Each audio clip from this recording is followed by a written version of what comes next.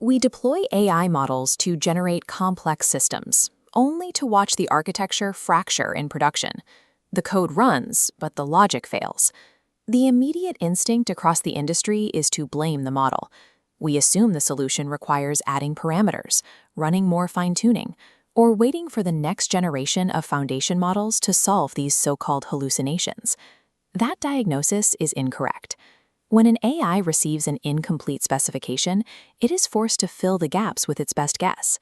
What we call hallucination is, in the overwhelming majority of cases, specification-induced speculation. This visualization shows the contrast. Feed a model a standard open-ended prompt, and you get a chaotic web of diverging, probable outputs. Constrain that input within a strict geometric corridor, and probability collapses into a single deterministic line. This constraint is the core function of the Software Development Prompting Framework, or SDPF. It is a formal language designed entirely to eliminate the ambiguity between human intent and AI execution. Predictable code generation requires binding large language models as strict execution engines. By applying mathematical constraints, we eliminate the model's capacity for guesswork.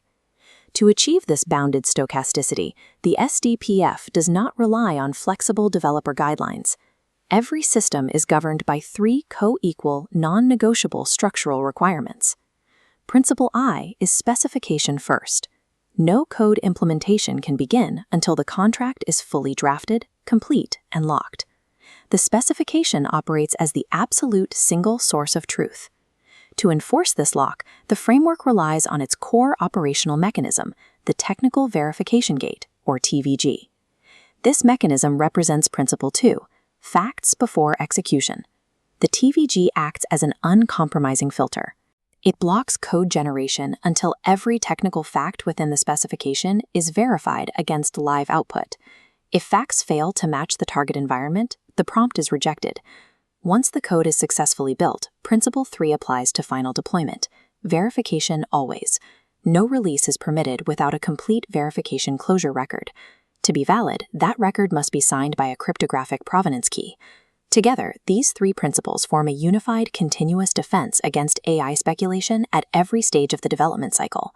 Replacing flexible suggestions with strict compiler-like axioms forces a probabilistic AI system to yield formal guarantees. Moving from architectural axioms to operational reality, the SDPF lifecycle splits into two distinct operational phases. This diagram maps the lifecycle. A barrier separates Phase 0 from Phase 1. Phase 0 is problem identification. Stage 1 observes the current state. Stage 2 defines the validated problem. Stage 3 confirms the human owner, unlocking the barrier to Phase 1. The logic behind this rigid gate is mathematical. Large language models cannot validate human intent. They can only blindly execute the parameters they receive. Enforcing Phase 0 neutralizes the most expensive error in AI-assisted engineering, perfectly generating code that solves the entirely wrong problem. Once the problem is validated, we cross the barrier into Phase 1, where intent translates directly into an AI executable contract. Stage 1 drafts the Technical Specification Prompt, or TSP, strictly based on the validated Phase 0 problem statement. Stage 2 locks the TSP. Here, any internal conflicts are resolved, and the Technical Verification Gate verifies the parameters to ensure the document is executable. This mockup displays the structural syntax of a locked TSP. It abandons conversational English in favor of dense, code-like formatting loaded with specific constraints. Every single requirement within the specification is assigned a unique REQ ID to ensure absolute traceability from the prompt to the final codebase. Priority tags like critical, required, and optional govern automated conflict resolution. If the AI encounters competing parameters during generation, these tags dictate exactly which logic wins. In stages 3 and 4, the test suites are generated and locked based entirely on the constraints established in that TSP. Next comes the build process in stages 5 and 6. The implementation is generated, and the resulting code is pushed back through the verification gate filter to guarantee it matches the initial constraints. Finally, Stage 7 exports a cryptographically signed evidence package, proving total compliance with the locked specification. Through this rigid 7-stage process, a standard conversational prompt is systematically converted into a mathematically verifiable software contract. Building a distributed microservice architecture requires a different set of structural invariants than generating a mobile user interface.